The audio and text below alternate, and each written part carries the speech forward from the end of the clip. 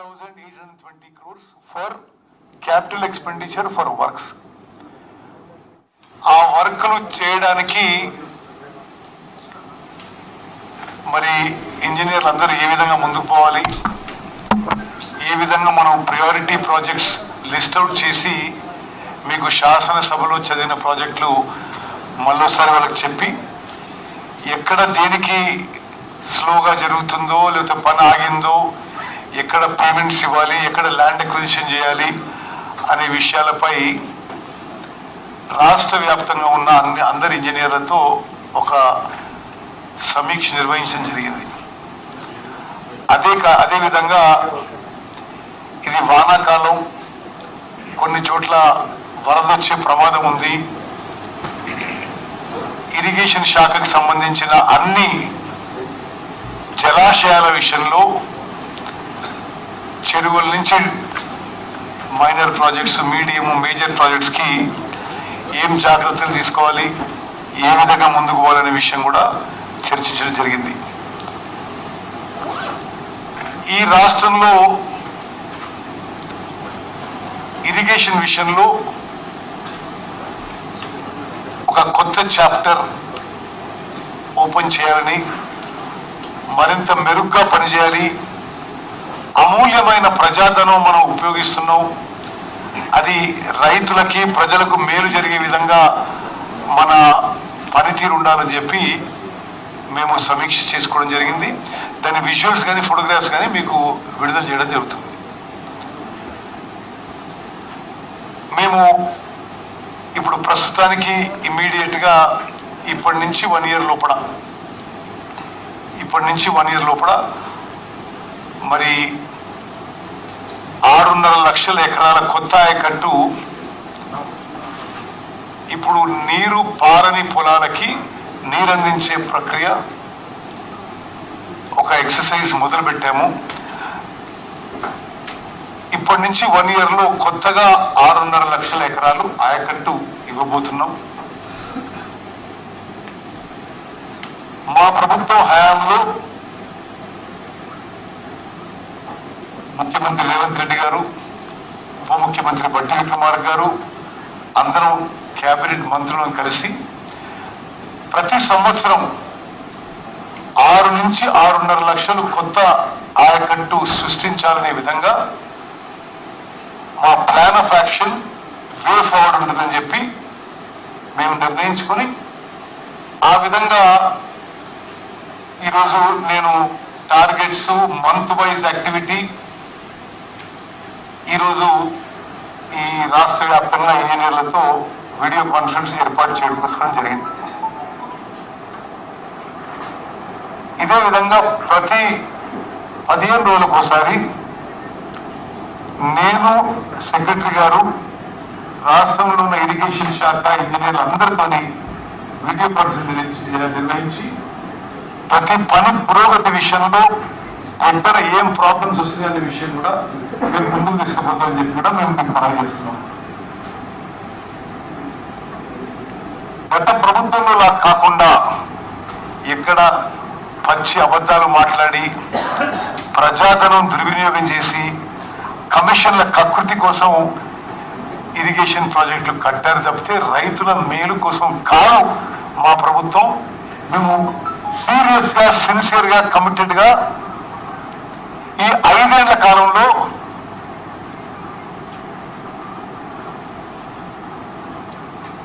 సుమారు 30 లక్షల ఎకరాల కొత్త ఆయకట్టు ఇవ్వడానికి మా ప్రయత్నం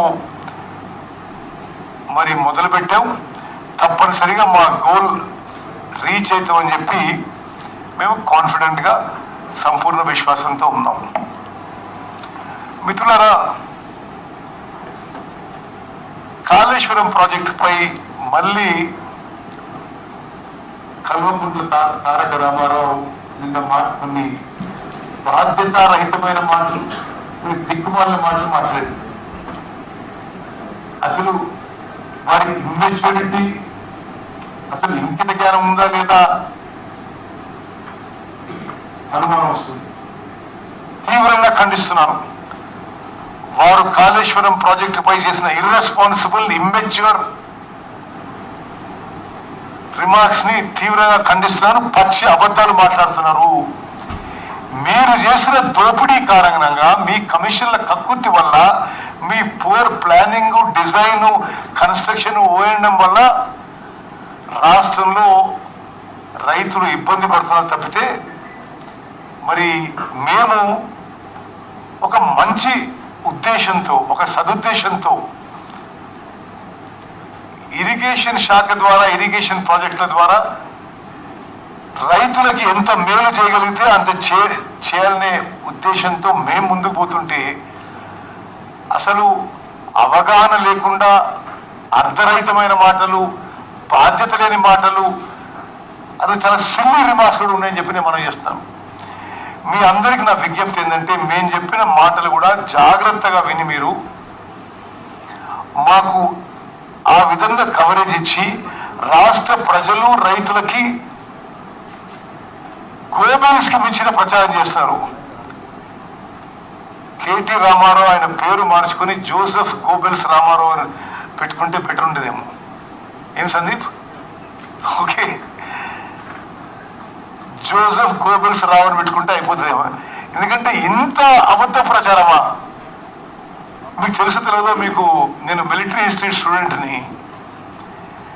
ఈ జోసెఫ్ గోబెల్స్ అంటే ఆయన ప్రపంచ యుద్ధం వరల్డ్ వార్ 2లో ప్రతిరోజు హిట్లర్కి ఒక తప్పుడు ప్రొపగండా చేస్తూ జర్మన్ ప్రజలకు కూడా వరల్డ్ వార్ 2 విషయంలో ఇది ఫాల్స్ ప్రొపగండా చేసుకుంటూ పూర్తిగా జర్మనీ రాష్ట్రాన్ని ప్రపంచానికి ఒక తీవ్రమైన ప్రమాదం తీసుకొచ్చిండ్రు.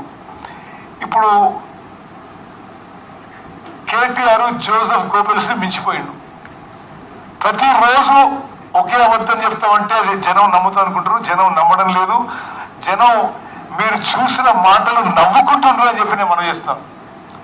హాస్యాస్పదంగా ఉన్నాయి, బాధ్యతారహితంగా ఉన్నాయి, చాలా సిల్లీగా ఉన్నాయి.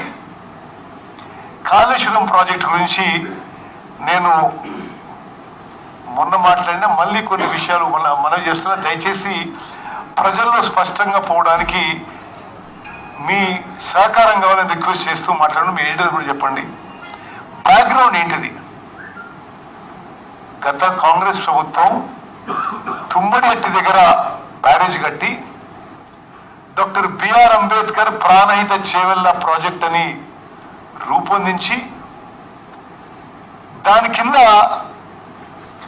38,538.5 lakh క్రోర్స్ ఇన్వెస్ట్మెంట్ తో 16 లక్షల ఎకరాలకి కొత్త ఆయకట్టు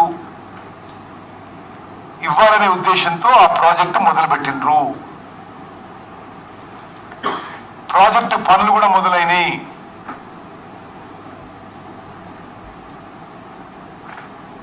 ఆ తర్వాత సరే తెలంగాణ రాష్ట్రం ఏర్పడ్డది. మీరు అధికారంలోకి వచ్చిండ్రు. అధికారంలో వచ్చిన మొదటి కొన్ని మాసాల్లో వాళ్ళు ఈ ప్రాజెక్టు కొనసాగించారు. ఈ ప్రాజెక్టు జాతీయ హోదా ఇవ్వాలని చెప్పి నేను తుమ్మడేంటి దానికి. మరి ఏం దుర్బుద్ధి పుట్టిందో ఏమో ఆ ప్రాజెక్టు పనులు అక్కడికి ఆపేసి మేడిగడ్డకి బ్యారేజ్ సైట్ షిఫ్ట్ చేసి 38,500 కోట్ల ప్రాజెక్ట్ కాస్ట్ ని 80,000 కోట్లకు పెంచారు. ఆయకట్టు సుమారు సేమ్. ముందున్న ప్రాజెక్టు ద్వారా ఒక్క లిఫ్ట్ ద్వారా ఎక్కువ గ్రావిటీ ద్వారా ఎల్లంపల్లికే నీళ్లు రావాలి. వీళ్ళు రూపొందించిన ప్రాజెక్టులో 3 లిఫ్ట్ల ద్వారా ఎల్లంపల్లికే నీళ్లు రావాలి. ఈ ప్రాజెక్టు డిజైన్ మార్చినప్పుడు రీడిజైన్, రీఇంజనీరింగ్ పేరుతో చాలా పచ్చి అబద్ధాలు మాట్లాడినరు. వాళ్ళు కొంతమంది నిజంగా నిపుణులు, వాళ్ళ హయాంలోనే చీఫ్ ఇంజనీర్లు పనిచేసిన వాళ్ళు 5 రిటైర్డ్ చీఫ్ ఇంజనీర్స్ తో కేసీఆర్ కమిటీ వేసిండు. తుమ్మిడిగడ్డ దగ్గర కట్టాలన్నా మేడిగడ్డ దగ్గర కట్టాలని. మేడిగడ్డ దగ్గర ప్రాజెక్టు కట్టొద్దు, అది ప్రొహిబిటివ్ కాస్ట్ చాలా పెరిగిపోతుంది, అన్వయబుల్ గా ఉంటుంది, టైం ఫ్యాక్టర్ కూడా ఎక్కువ ఉంటుంది. తుమ్మడిగడ్డ దగ్గరనే మీరు 152 కాకుంటే 151 150కో లెవెల్ కట్టండి అని లిఖిత పూర్వకంగా రిపోర్ట్ ఇవ్వడం జరిగింది. అఫీషియల్ రికార్డ్ నుంచి ఆ రిపోర్ట్ మాయం చేసే ప్రయత్నం చేసిండ్రు, అఫీషియల్ రికార్డ్ నుంచి ఆ జీవోలు మాయం చేసే ప్రయత్నం చేసి ఆ ప్రాజెక్టులో మరి వాళ్ళకి సరిపోను పైసలు రావనుకున్నారో, లేకపోతే ఆ ప్రాజెక్టు పూర్తి చేస్తే కాంగ్రెస్ కి పేరు వస్తుంది అనుకున్నారో, అది రీడిజైన్ చేసి 80,000 కోట్లకు పెంచి మేడిగడ్డకు షిఫ్ట్ చేసిండ్రు.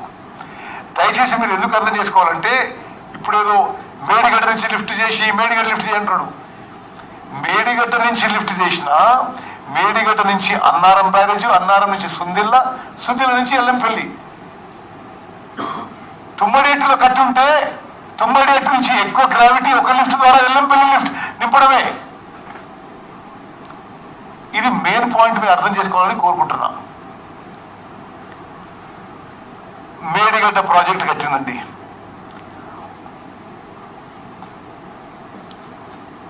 ఇనాగరేషన్ నుంచే ప్రారంభోత్సవం నుంచే ఈ 3 బ్యారేజీలో ప్రాబ్లం మొదలైనవి, లీకేజీలు మొదలైనవి. On record irrigation department records లోనే అప్పుడే ఈ ప్రాబ్లమ్స్ వస్తున్నాయి అని చెప్పి ఇరిగేషన్ డిపార్ట్మెంట్ మేడిగడ్డ బ్యారేజ్ విషయంలో ఎల్ఎన్టీకి లెటర్ రాయడం జరిగింది. 2019లో ఇనాగరేషన్ అయిన కొన్ని మాసాలకే ప్రాజెక్టులో ఏదో ప్రాబ్లం ఉంది, లీకేజ్ అవుతుంది అని ఇరిగేషన్ డిపార్ట్మెంట్ ఎల్ఎన్టీకి లెటర్ రాయడం జరిగింది. అప్పుడు ఇరిగేషన్ ముఖ్యమంత్రి కేసీఆర్, ఇరిగేషన్ మినిస్టర్ కేసీఆర్ 4 ఏళ్ల పాటు అనేక విషయాల్లో ఇరిగేషన్ డిపార్ట్మెంట్ కి కడుతున్న కాంట్రాక్టర్లకి చాలా కరెస్పాండ్ జరిగింది. అంటే ఈ ప్రాబ్లం ఏదో చివరిగా రాలే, మొదటి నుంచే మొదలైంది. ఇది అందరూ ఈ ప్రాజెక్ట్ ఎగ్జామిన్ చేసిన అందరూ కూడా పూర్ డిజైన్,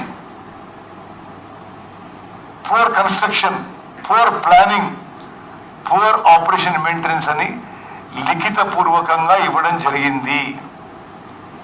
ఆన్ రికార్డ్ ఈ భారతదేశంలో ఎంతమంది ఎక్స్పర్ట్స్ ఉన్నారో అంతమంది మేడిగడ్డ, అన్నారం, సుందిల్ల బ్యారేజెస్ లో ఫౌండేషన్ డిజైన్ లో కూడా లోపాలు జరిగినాయి. సరిగా సాయిల్ టెస్టింగ్ కూడా సరిగ్గా జరగలేదు. చాలా స్పష్టంగా చీఫ్ ఇంజనీర్ సిడిఓ కానీ వాళ్ళు కానీ అనేక సందర్భాల్లో వాళ్ళు చేసిన హడావిడికి సరైన సమయం కూడా ఇవ్వలేదు. ప్రాజెక్ట్ డిజైన్ కి ఇంకో ముఖ్యమైన విషయం మీకు చెప్పాలి.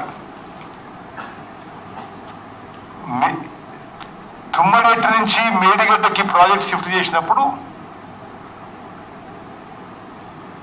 అక్కడ నీళ్లు లేవు అని ఒక పచ్చి అబద్ధం రికార్డు చేసి ప్రాజెక్ట్ డిజైన్ మార్చింది.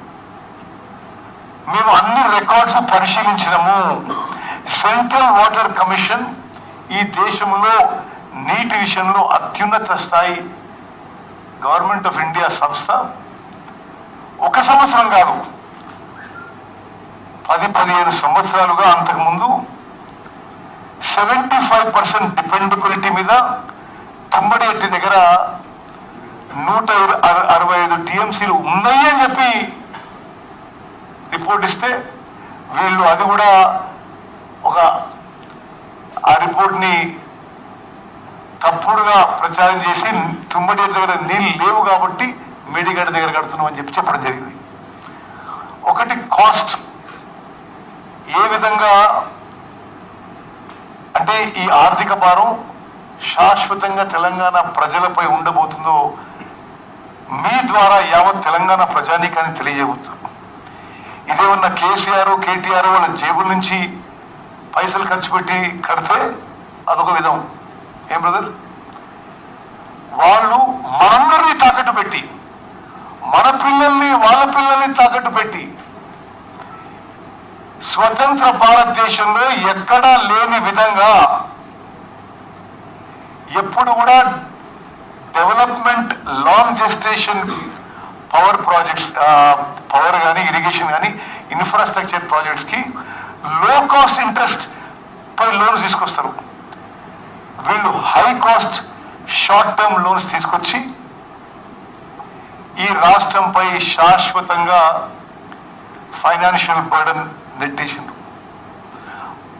మనని అప్పుల్లో ముంచి ఒక నాసిరకం ప్రాజెక్టు కట్టి ఇప్పుడు అది పూర్తిగా నిరుపయోగంగా అయిపోతే మొత్తుకొని ఏదో తప్పుడు ప్రచారం దుష్ప్రచారం చేసి ప్రయత్నం చేస్తారు.